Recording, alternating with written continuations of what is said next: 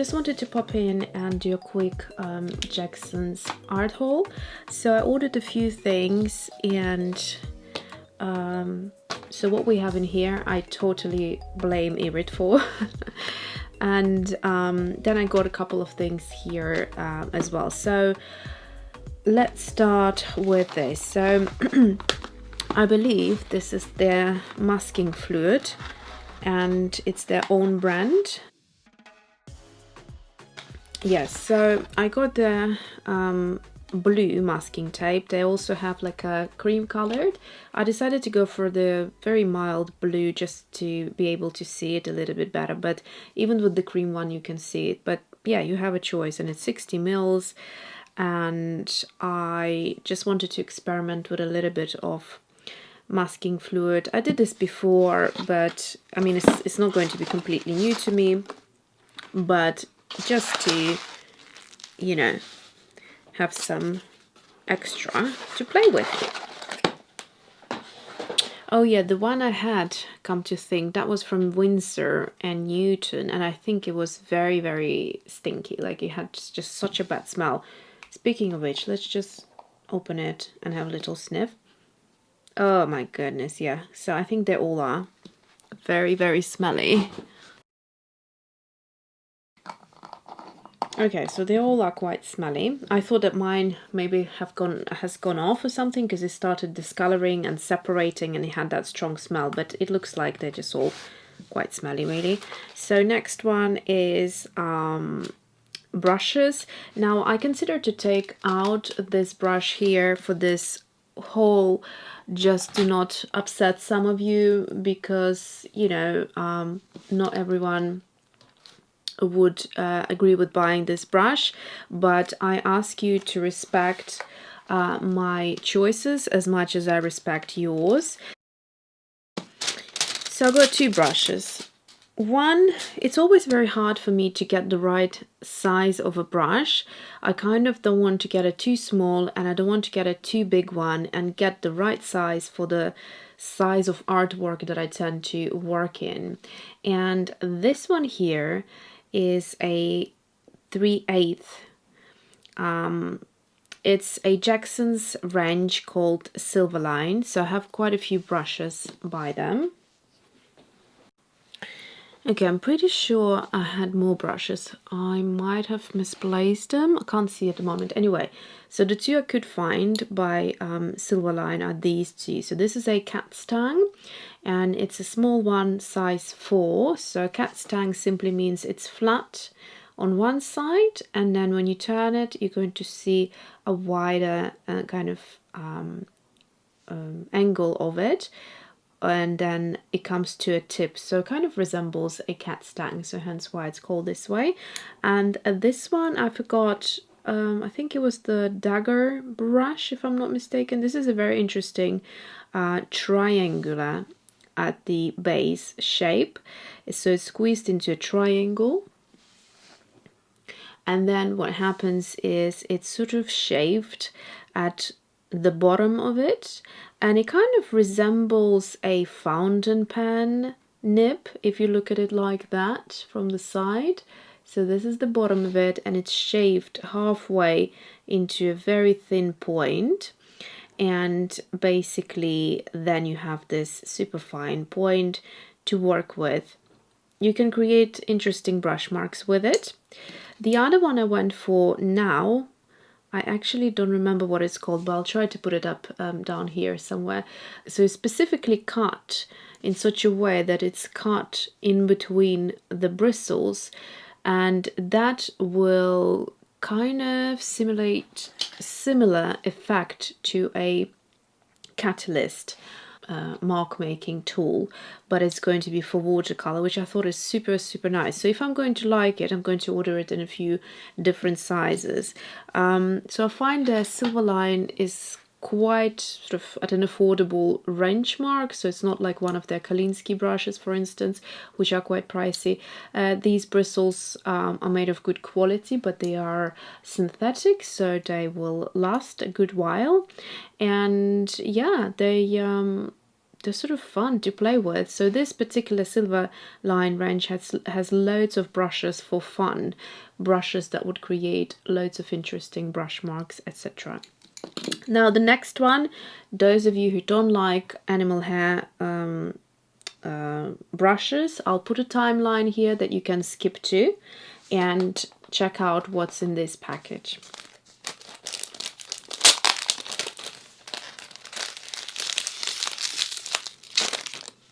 So here is a Badger small, so there is a medium and a large, and this is a small fan brush. Now I have absolutely enjoyed using fan brushes, and I have them in a variety of different brands and sizes, and they are an amazing tool for brush making. I have really kind of explored their necessity in art making. So yeah, the fact that it's badger hair, I would imagine that this is going to have a lovely texture. It's very hard, so I don't think I've ever touched a badger.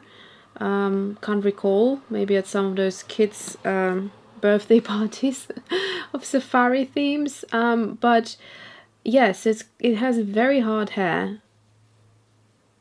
Kind of reminds me of meerkats, actually, speaking of which. They have surprisingly hard hair as well, of fur. And so this is before even making it wet, so I'm quite intrigued to see what textures I could get with this brush, because the bristle is completely different. So that's that. And then now let's move on to this little baby here. Okay, so I treated myself to a little pack of open stock pencils that I picked all the colors myself.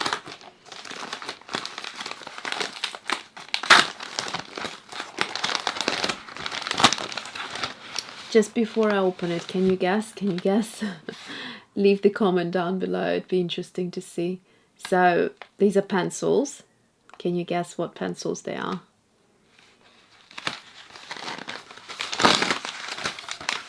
Oh, so they're wrapped again. They're not Da Vinci. I don't even know if Da Vinci do pencils. Okay, you ready for this?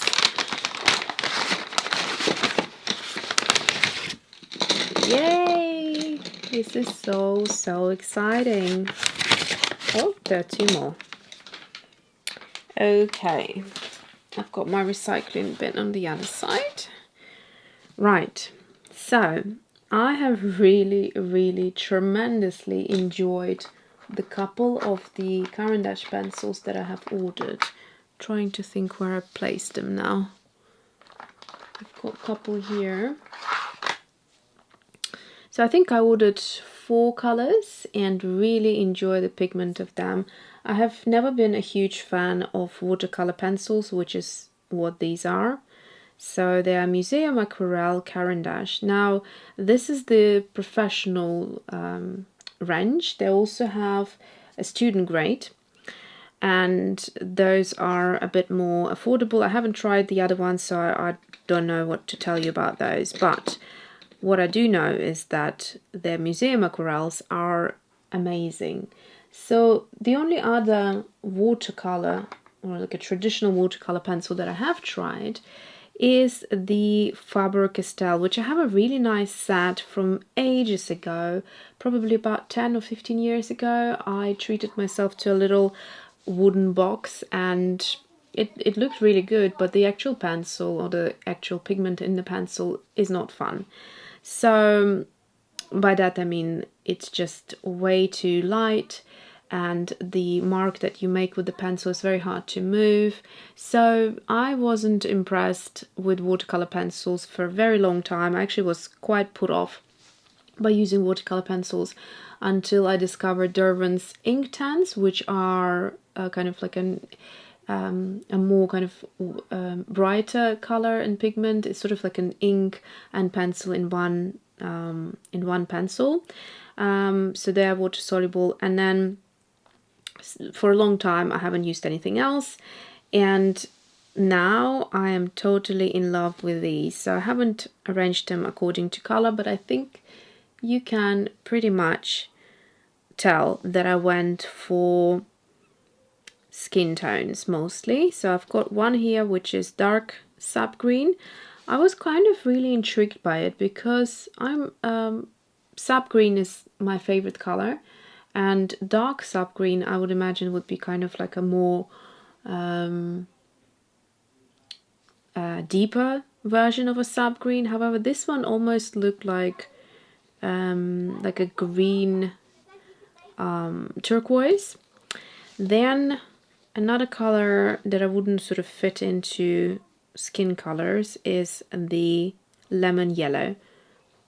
I don't know, it just looked great, so I went for it. Not a color I generally love to use, but I kind of really liked it.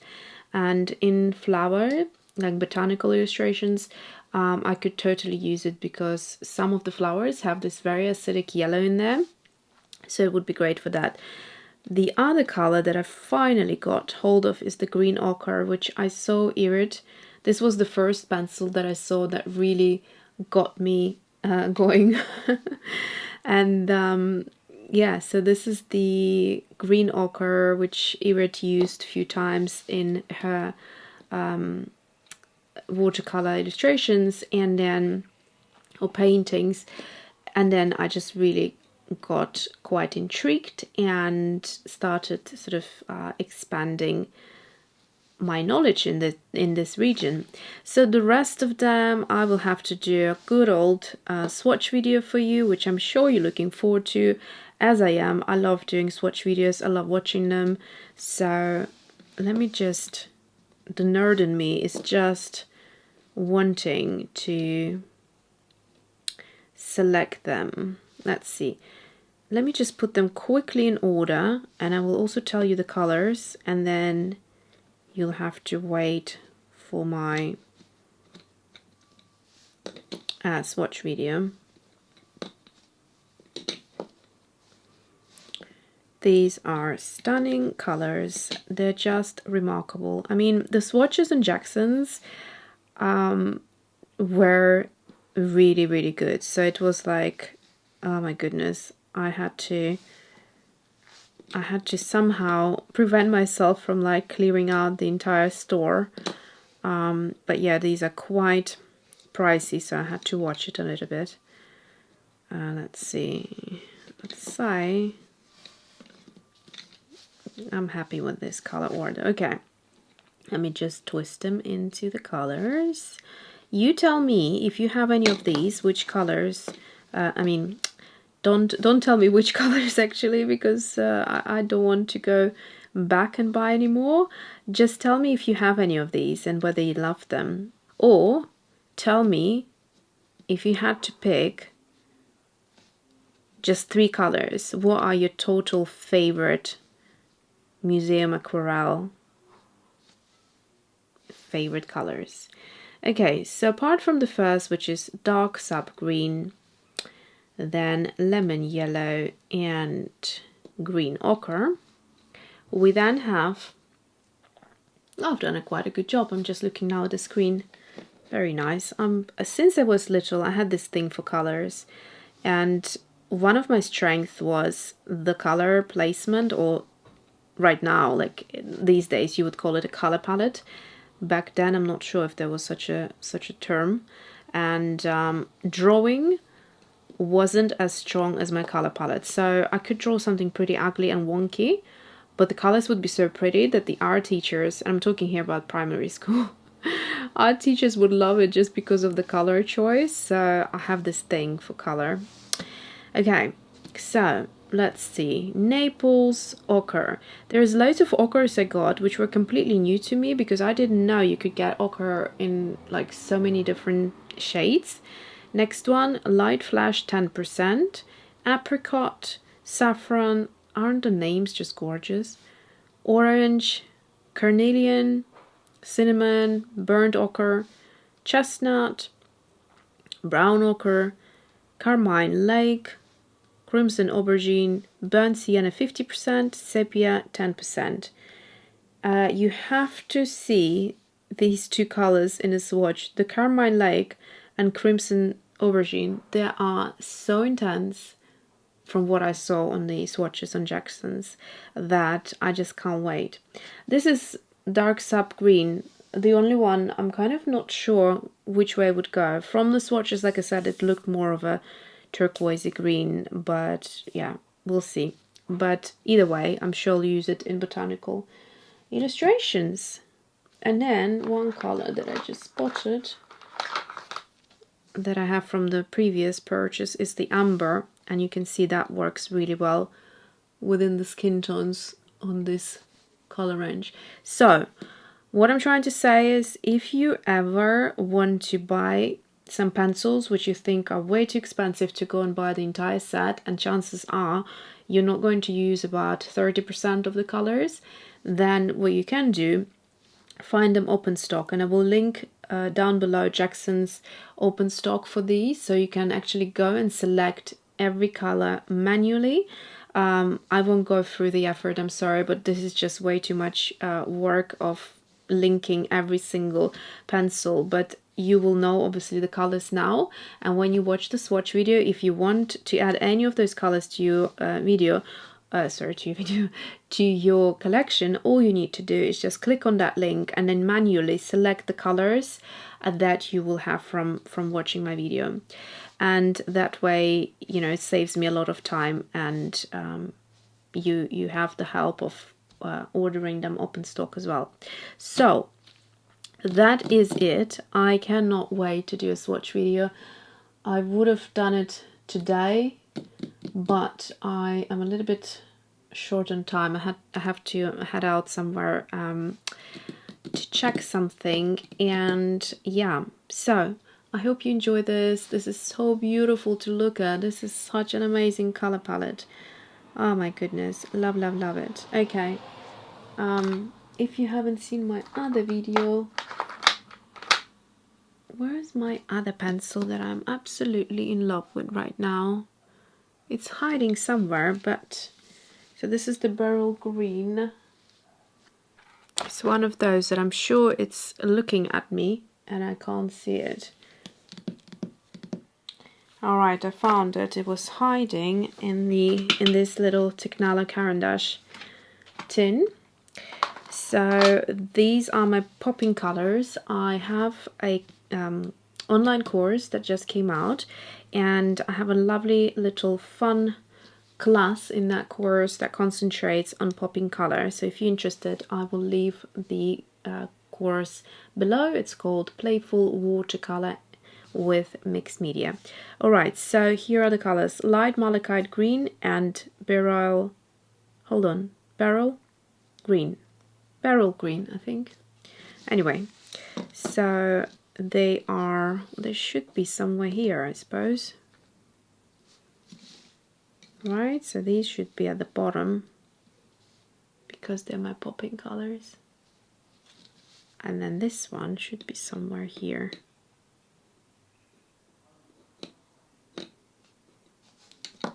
The struggle is real. Oh god. Should we leave it here with the umber? The umber actually looks really good at this end. Look, that looks much better, doesn't it? There we go. And then this can go up here, and this can go down. That's it. Okay, now I'm happy. Okay, there you go. Let's see how this goes for the swatch video. Thanks for watching, and see you soon.